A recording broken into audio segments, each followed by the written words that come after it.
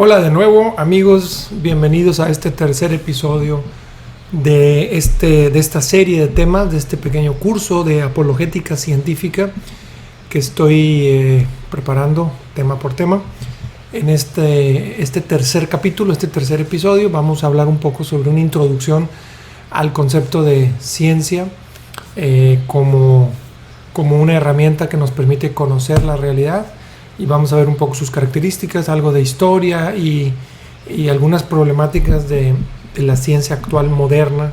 que todavía es vigente y mayoritaria en los ambientes tanto universitarios como escolares, como de muchos libros. Un poco para introducir ahora sí ya una serie de temas de apologética científica en donde vamos a ir viendo los últimos hallazgos, los últimos descubrimientos de la ciencia y cómo es que nos apuntan, nos sugieren, nos encaminan a un entendimiento de la realidad que puede ser o no, lo vamos a ver, digamos más alineado, más acorde, más armónico, con un esquema o una pirámide, una estructura de creencias que puede ser más teísta, judeocristiano o no. Bueno, lo veremos en su momento, pero en este tercer episodio pues voy a hablar un poco de manera introductoria sobre la ciencia. Y en general la ciencia, de forma muy sencilla, es un método que ha desarrollado el hombre a más o menos de 1600 para acá, la ciencia moderna, que se basa básicamente en un método científico que con una serie de reglas va explorando, va conociendo la realidad y va entendiendo la realidad, proponiendo también los procesos que le dan forma, que le dan estructura o que la hacen posible, entre otras muchas cosas que incluye el conocimiento científico propiamente. Pero se basa muy concretamente en observación, en experimentación y en inferir. Es decir, cuando las conclusiones no son completamente sólidas, pero hay sugerencias, se apuntan hacia un lado u otro. Entonces viene la palabra inferencia o inferir, y significa que tú puedes anticipar o hacer una propuesta de hipótesis o de modelo que puede en un momento dado ser, que pueda ser más posible que sea verdad o que sea realidad respecto a otros modelos. Entonces la ciencia no siempre tiene todos los datos observacionales que quisiéramos.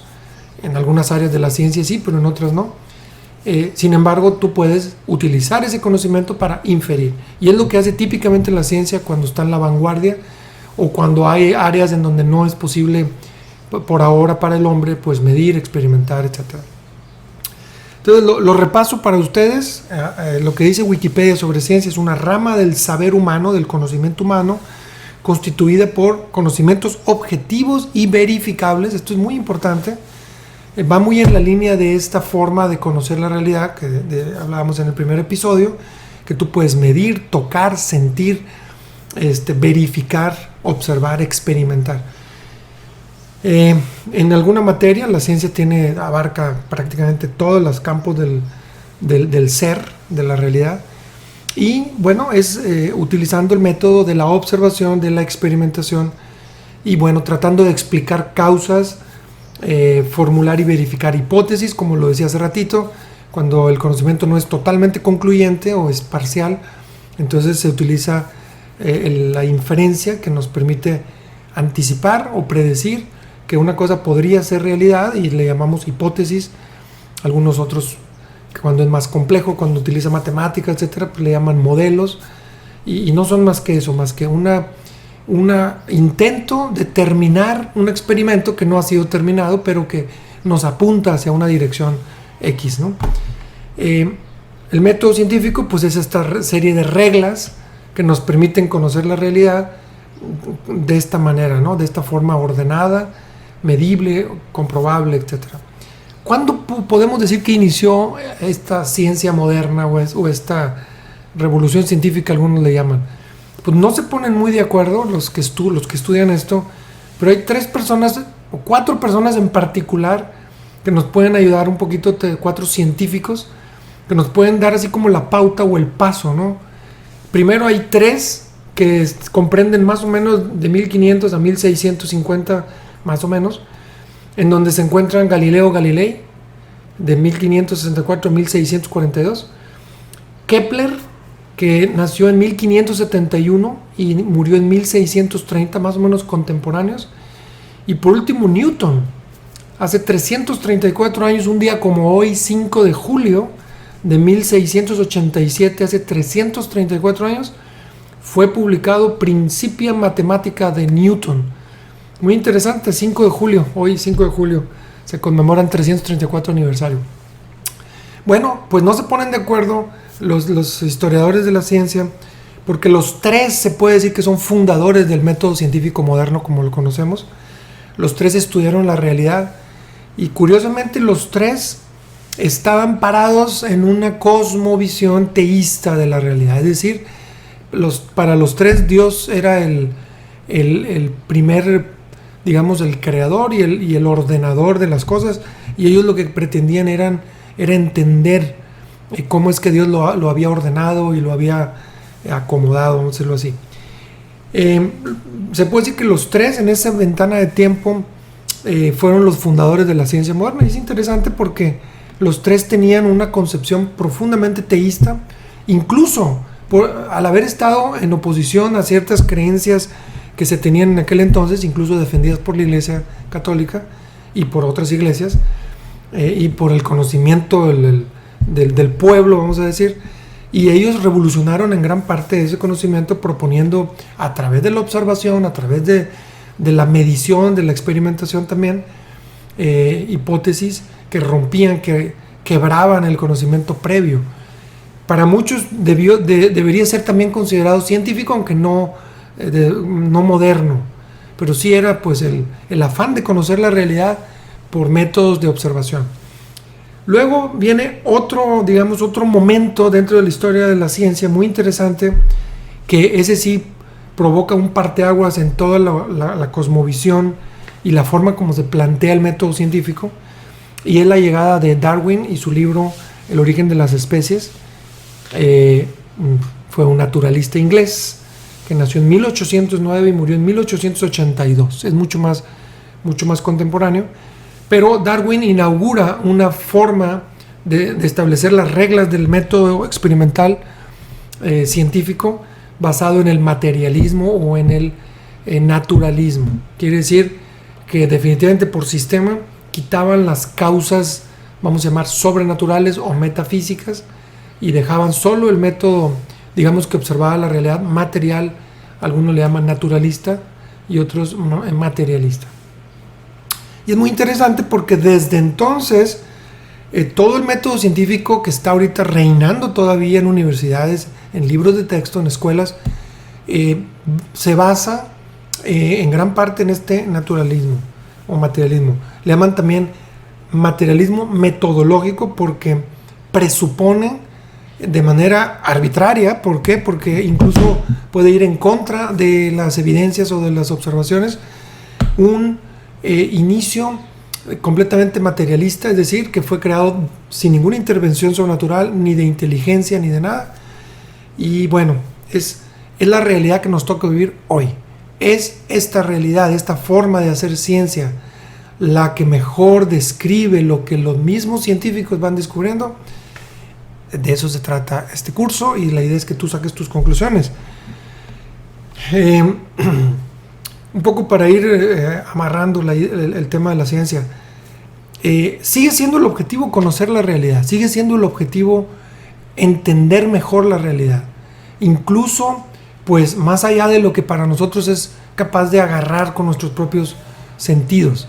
En el método científico ya moderno, los instrumentos de medición, las deducciones a través de, vamos a decir, de métodos indirectos, todo es utilizado y todo es capitalizado para el fin de intentar conocer la realidad, o de inferir, de tratar de descifrar lo que podría ser la realidad a través de lo que observamos, ¿no? Como pueden ver, no tendría por qué estar necesariamente peleado con otras formas u otros intentos de conocer la realidad. Y finalmente el método científico, para la gran mayoría de los laicos, de la gente del pueblo, requiere de un proceso de creencia también. Tú no puedes ir y entender las tripas de un instrumento muy sofisticado que estudia el corrimiento al rojo de las estrellas. Tú asumes que ellos están haciendo un trabajo serio y finalmente das el paso de creer en aquel experimento. Y bueno, aquí entra pues este peligro, ¿no? de no ser suficientemente críticos y suficientemente, vamos a decir, aventureros para entrar a través de el sentido común y del razonamiento al nivel de cada persona. No quiere decir que tengamos que tener los mismos IQs de estos científicos ultra mega listos, ¿verdad? Que por eso han llegado tan lejos. Pero bueno, con el uso de nuestro sistema del sentido común, del razonamiento y, ¿por qué no?, del nivel de inteligencia que tengamos, entrar y poder entender y poder por lo menos intentar descifrar lo que es propuesto por el método científico y por las conclusiones a veces anticipadas, a veces muy encajonadas bajo un telón de filosofía que no tiene nada que ver con el materialismo, pero así es, en donde ellos también proponen cosas, digamos, con conclusiones anticipadas y a veces erróneas, muy claramente erróneas. Entonces, bueno, eso es una primera moraleja interesante. A pesar de que el método científico se basa en observaciones duras, en experimentación, no necesariamente las conclusiones o incluso la conclusión científica anticipada o preliminar tendría por qué ser verdad absoluta. Tenemos que utilizar nuestro criterio, nuestro sentido común, nuestra inteligencia y finalmente el tiempo que puede ir dejando las cosas un poco en su lugar. Uno de sus grandes errores del método científico moderno es partir de este materialismo metodológico, que es una filosofía, una cosmovisión a priori. Incluso, bueno, hay un tema de, digamos, de bloqueo, de censura y también de descarte a ultranza de cualquier otra forma de entender la realidad que no sea este materialismo metodológico. Y bueno, es muy peligroso y aquí queda mi advertencia y simplemente la invitación para que no creas a la primera muchas cosas, aunque parezcan ciencia dura o estén propuestas por personas que aparentemente son muy inteligentes. No te quiero decir cree esto que el otro, tú tendrás que decidirlo, pero es interesante o es importante tenerlo en la mente. Puedo darte muchos ejemplos, pero lo haré conforme camine el proceso de los temas ya de propiamente la apologética científica. Bueno, podemos decir que este materialismo metodológico nace con el libro El origen de las especies de Darwin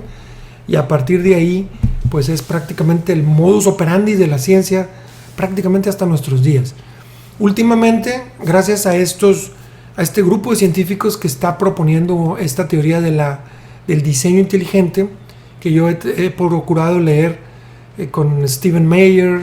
y con una bola de científicos muy brillantes y de altas credenciales también, que ya se han sincerado, que han estado observando la evidencia dura y están viendo que el materialismo metodológico es muy, muy incapaz de explicar la realidad, incluso pues caen en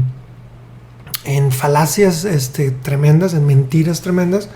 y pues todavía no se ve claro que los sistemas universitarios, los libros y todo hayan dado un paso hacia la corrección de esto, en la dirección de la evidencia, de lo que se observa, de las conclusiones,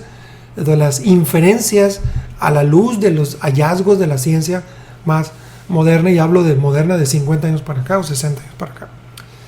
Entonces, como ven, la ciencia no es más que otra forma de tratar de conocer la realidad. No descarta el uso de la creencia como herramienta, como muleta para poder abarcar lo que la ciencia propone. Sin embargo, la ciencia pues no tiene la última palabra y tenemos que tener siempre un estado crítico y un estado como de apertura a las diferentes hipótesis, y no hacer conclusiones a priori y mucho menos poner a la ciencia como estática. A este concepto de ciencia estática se llama cientismo y es una forma de religión, ¿no? Es como poner la ciencia en este lugar de verdad absoluta El problema de eso es que la ciencia no es más que un proceso, es como un río que corre y que va haciendo cambios conforme va caminando y conforme se le suman nuevos hallazgos y conocimientos y nuevos experimentos, etcétera. Entonces, de entrada, el cientismo mata la propia ciencia porque la estatiza, ¿no? La deja firme, la deja inmóvil. Y es prácticamente opuesto a una verdadera ciencia. Bueno, entonces ahí tenemos un poco la introducción al concepto de ciencia, que es lo que nos va a tomar los próximos 6, 7 capítulos. Vamos a ver, ahorita lo puedo mencionar como parte de esta introducción, desde el propio Big Bang, desde cómo la ciencia moderna ya ha recreado en una gran medida lo que pudo haber sucedido hace 13,8 mil millones de años, 13.800 millones de años, y que es muy interesante porque sin que haya habido mucho ruido, sin que haya habido mucho escándalo, rompió con una cosmovisión que se tenía previo a estos hallazgos de un universo estático, eterno, muy alineado hacia la no necesidad de un creador o de Dios en esto. Bueno, entonces el Big Bang es una historia muy bonita de contar sobre quiénes los científicos que intervinieron y cómo a través de múltiples métodos observacionales se ha llegado a la conclusión y más o menos se ha armado, ¿no? Un poco cómo pudo haber sucedido. Después viene este proceso post-Big Bang del fine-tuning o del afinado, de la entonación afinada de todas las variables que luego dieron paso a lo que conocemos como es nuestro universo actualmente, y que también tiene implicaciones tremendamente de diseño inteligente o teístas, aunque no necesariamente pudo haber sido Dios, pudo haber sido alguno de sus agentes, como pueden ser los ángeles. Esto es una conclusión anticipada de mi propia persona, pero bueno, Dios atrás de todo y es el proveedor de esa inteligencia, si es que fueron los ángeles los auxiliares. Pero el fine tuning es un concepto también muy interesante que ahorita los mismos científicos se dan contra la pared, porque incluso se van hacia propuestas muy descabelladas para dar explicación a esta realidad ya muy medida, de decenas de variables que si fueran diferentes en una mínima parte no sería la realidad como lo es ahora, y mucho menos la vida, que es como la corona de toda la materia, ¿no? De todo el proceso de 13.800 millones de años. Entonces, después de ver el Big Bang y el fine tuning a través de un poco el repaso de la historia y de las observaciones, cómo fueron concluyendo esta forma de explicar el universo como lo tenemos ahora, entraremos al tema del origen de la vida, a la vida propiamente, a la evolución, y veremos algunos otros temas chiquitos como la conciencia y algunos otros datos que abonan en gran medida a una visión no materialista, sino más bien de una intervención de un diseño inteligente que está atrás, según la conclusión que yo anticipo, que ustedes tendrán que sacar por ustedes mismos, de todo este cúmulo de datos científicos que nos apuntan en esa dirección. Diseño inteligente, una inteligencia capaz de armar, de ordenar, de sintonizar, de afinar todas las variables en la dirección de la vida y del hombre como corona, como rey, como príncipe de la vida. Y bueno, entre otros temitas que voy a ir repasando, como la biogénesis y la hipótesis que está por ahí sobre el origen de la vida, una hipótesis completamente no científica. Algunos aspectos del planeta Tierra como un planeta privilegiado, un poquito el concepto de principio antrópico, débil y fuerte, y el principio copernicano, que es el opuesto, que habla más bien de que el hombre no tiene mucho protagonismo o no es importante, vamos a decir, en el contexto de la creación y del universo que conocemos. Y bueno, pues este es mi tercer tema. Espero haya sido útil. Yo quiero terminar complementando un poquito los temas de realidad y creencia, fe, que vimos en capítulos anteriores, porque concretamente hubo otro evangelio en la liturgia que abonó un poquito en algo que omití decir y que no puedo hablar mucho de ello porque sigue siendo un misterio, pero que es muy interesante porque abarca todos los niveles de la realidad, desde la muy secular, en el dominio así como de la sabiduría vamos a decir, secular, que no tiene mucho que ver con la religión, pero también es descrito por Jesús en los evangelios, y es muy interesante. Y es esta idea de que la fe,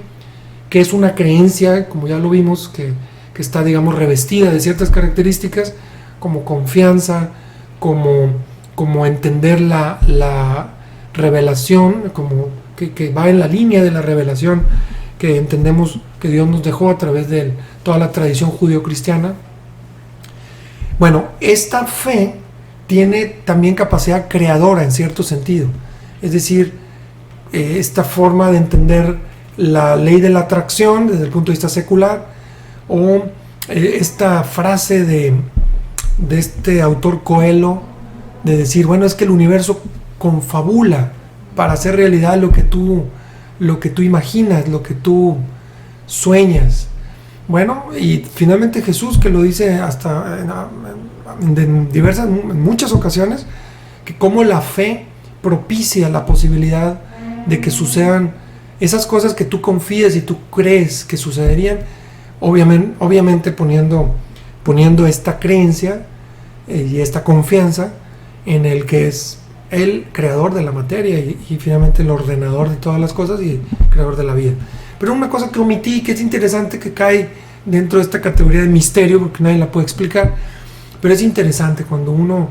enfoca la fe, puede uno también decir, bueno, tengo fe, la posibilidad de que eso que tú estás soñando, que tú lo visualizas como una realidad, como dice Jesús en algunos de sus evangelios, la posibilidad de que eso sea una realidad aumenta exponencialmente, y bueno, habrá algunas ocasiones en que no, pero es interesante saber que incluso la parte más secular lo toma como un hecho misterioso pero real. Y bueno, quería nada más no dejarlo pasar este pequeño aporte de los temas anteriores. Por ahí queda esta introducción a la ciencia, y espero poder platicarles el día de mañana ya concretamente un primer tema de apologética científica, de defensa de las creencias a través de hallazgos científicos, y nos vamos directamente al Big Bang en esta historia que involucra a Einstein, a Lemaitre y a otros científicos y a otros descubrimientos que fueron dándose con el paso de los años y que ahorita ya podemos armar al 98% con mucha precisión, y que es una historia muy bonita y muy interesante, y que es profundamente teísta, que va muy de la mano con la revelación. Gracias, no te olvides de poner en mi correo electrónico tus comentarios, tus preguntas o simplemente tu retroalimentación, tu crítica, jjjsalazar@hotmail.com. Gracias, pásala bien, hasta luego.